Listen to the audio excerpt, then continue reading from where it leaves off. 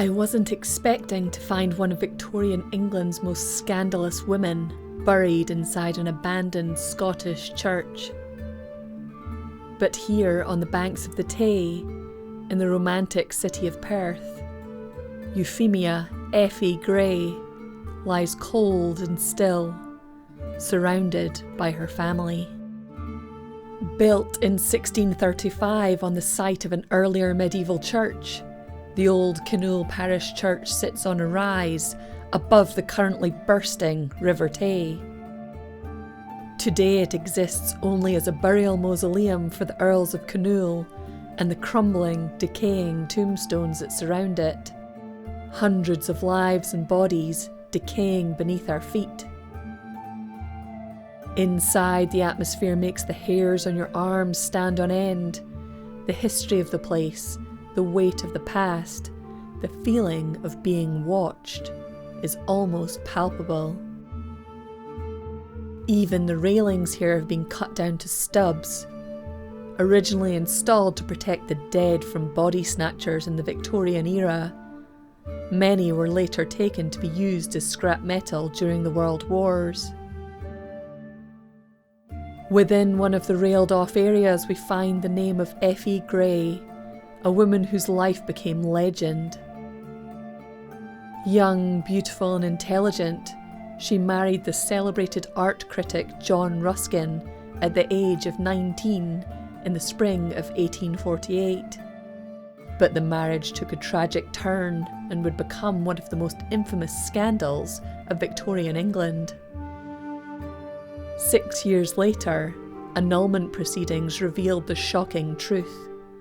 The union had never been consummated, and Effie remained a virgin. She recounted, "He alleged various reasons: hatred to children, religious motives, a desire to preserve my beauty. And finally this last year he told me his true reason, that he had imagined women were quite different to what he saw I was, and that the reason he did not make me his wife was because he was disgusted with my person the first evening." Ruskin himself all but confirmed her words, stating, "It may be thought strange that I could abstain from a woman who to most people was so attractive, but though her face was beautiful, her person was not formed to excite passion." In the final year of her doomed marriage, Effie became close to the painter John Everett Millais, a gifted artist who would create one of the most haunting images in Victorian art, Ophelia, the painting that inspired centuries of romantic obsession. Based on the character from Hamlet, who loses her sanity and drowns due to Hamlet's actions, she is painted floating in water, flowers tangled in her hands, eyes open to the sky.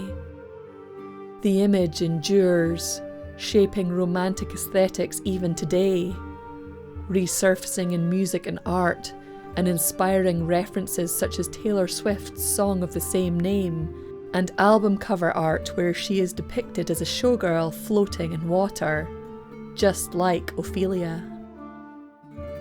Effie married Millais in 1855 and they went on to have 8 children. She became a lady when Millais was elevated to baronet, and their happy marriage lasted into old age.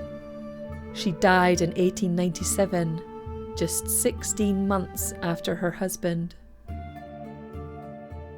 And now she lies here in the dark, forgotten graveyard, surrounded by towering trees and crumbling stone. The railings rust where they were cut, moss spreads slowly across the monuments, and names fade. Yet new life still springs from the ground, marking the precipice of each new season, as the church waits silently over the Tay, holding its stories in the cold stone.